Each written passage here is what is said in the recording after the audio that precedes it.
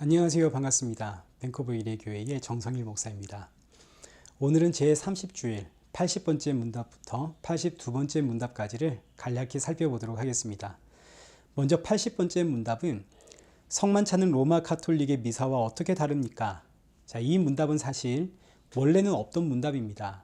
후대에 생겨난 문답인데 이 문답이 성도의 신앙 고백과는 적합하지가 않다. 그래서 문답에 일단 넣기는 했지만 그러나 이 문답에 대해선 살펴보지 않아도 괜찮습니다.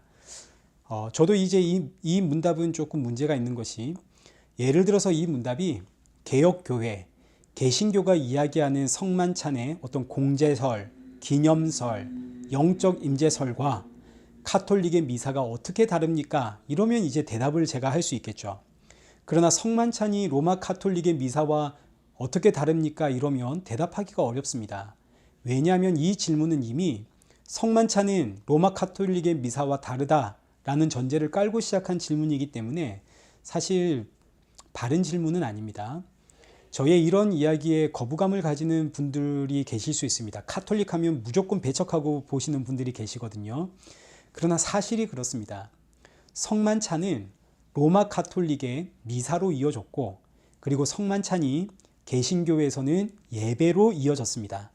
그래서 개신교의 예배와 로마 카톨릭의 미사는 어떻게 다른가?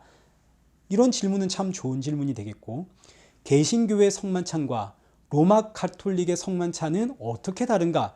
이러면 참 좋은 질문이지만 아예 성만찬과 미사가 어떻게 다릅니까? 이 의미는 미사 자체를 부정하고 시작하는 질문이기 때문에 이제 좋은 질문도 아니고 답변하기도 굉장히 민감해집니다. 그래서 이런 질문은 성도의 신앙 고백과는 적합하지가 않다. 북미 개혁교회 CRC 교단에서 결론을 내렸습니다. 그래서 이 질문은 그냥 넘어가도록 하겠습니다. 제 81번째 문답입니다. 성만찬에는 누가 참여할 수 있습니까? 성만찬은 오직 예수 그리스도가 나의 구원자요, 나의 주인이요, 나의 머리가 되십니다 라는 신앙 고백이 있는 성도들은 누구나 참여하실 수 있습니다. 자, 그러나 이것도 조금 민감한 주제가 되는 것이, 이 고백은 자기만 아는 겁니다. 그래서 열린 성만찬이 있고 닫힌 성만찬이 있는데, 이제 닫힌 성만찬은 만 14세 이상 스스로 판단하고 결정할 수 있는 그 능력이 있을 때에 세례 공부를 통해서 세례를 받아 개인의 신앙 고백을 한 자들만 성찬에 참여하는, 이제 보통 한국 교회는 이렇게 이제 성찬을 하죠. 세례교인 이상자들만 성찬에 참여할 수 있습니다. 그러나 이 성찬의 문제는 세례는 받았지만 예수님을 안 믿는 사람들이 그 안에 있겠죠. 저는 중학교 2학년이 되었을 때에 나이가 되었다고 입교해야 된다 그래서 입교 공부를 해서 세례를 다시 받았습니다. 제 친구들도 나이가 되었기 때문에 세례 받아야 된다고 해서 세례 공부를 받고 세례를 받았습니다. 그러나 그 당시 우리에게 믿음이 있었고 신앙이 있었는가? 없었죠. 저는 솔직히 예수님도 몰랐습니다. 그냥 그저 노는 것이 좋았고 친구들과 만나서 이런저런 딴짓하는 것이 재밌었을 뿐입니다. 근데 어른이 되어서도 마찬가지죠. 아내 때문에 억지로, 혹은 남편 때문에, 아니면 저처럼 그저 교회에서 나고 자랐기 때문에 성찬에 참여하는 사람들 얼마든지 있을 겁니다.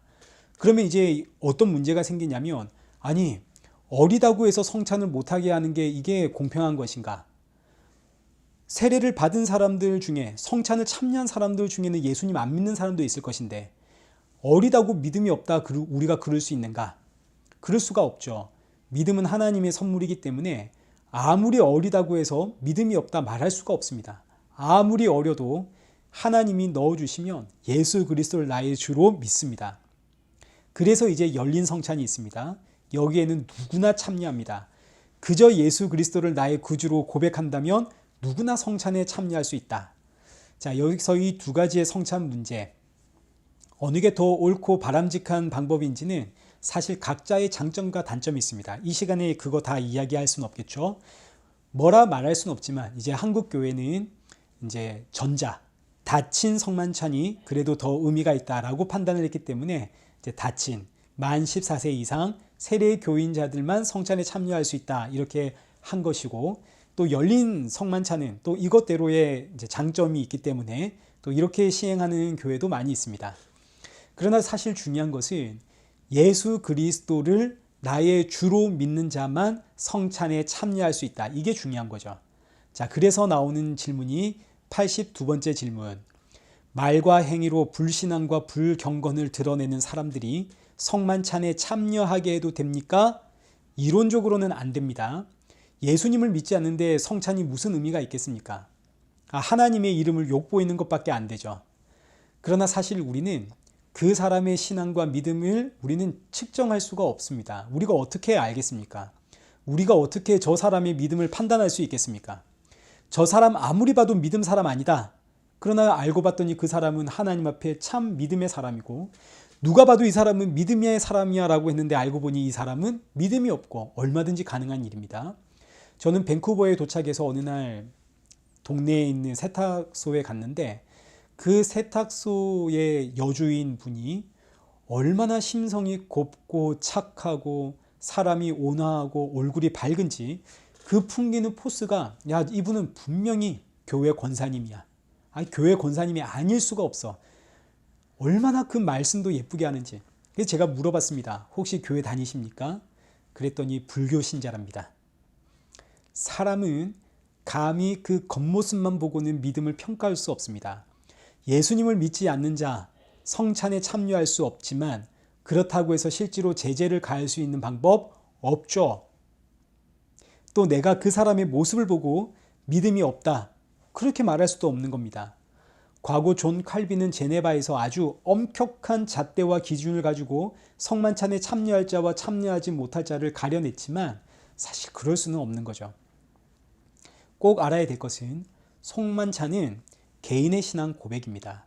이럴 수는 있습니다.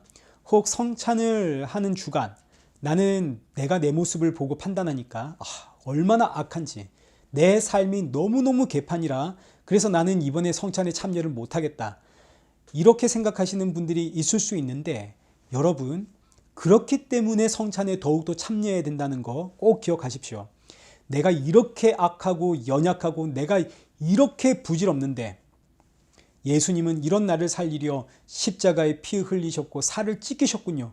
이 주의 은혜 앞에 저는 할 말이 없습니다. 그저 예수님만이 나의 유일한 구주이심을 고백할 뿐입니다 하고 성찬에 참여하며 예수님 이런 죄인을 위해 살을 찢기고 피를 흘리시다니요. 그러고 먹고 마시는 것이 성도에게는 훨씬 더 큰 유익입니다.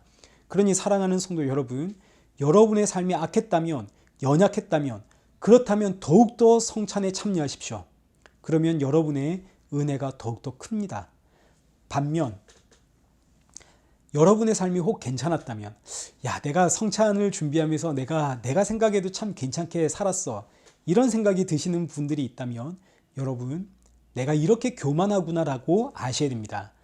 내가 아무리 괜찮게 살았어도 결국 나는 죄인 아닙니까?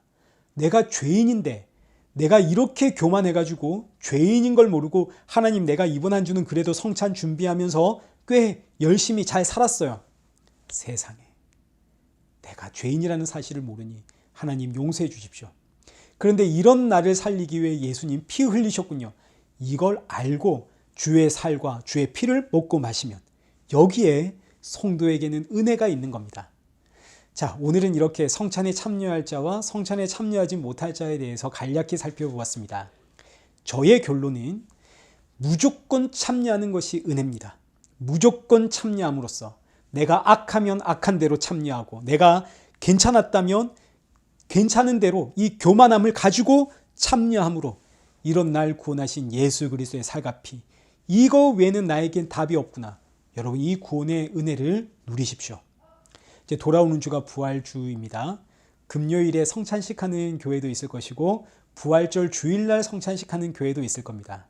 여러분, 무조건 이 성찬에 참여하셔서 이런 날 구원하신 그 주의 은혜에 감사하십시오.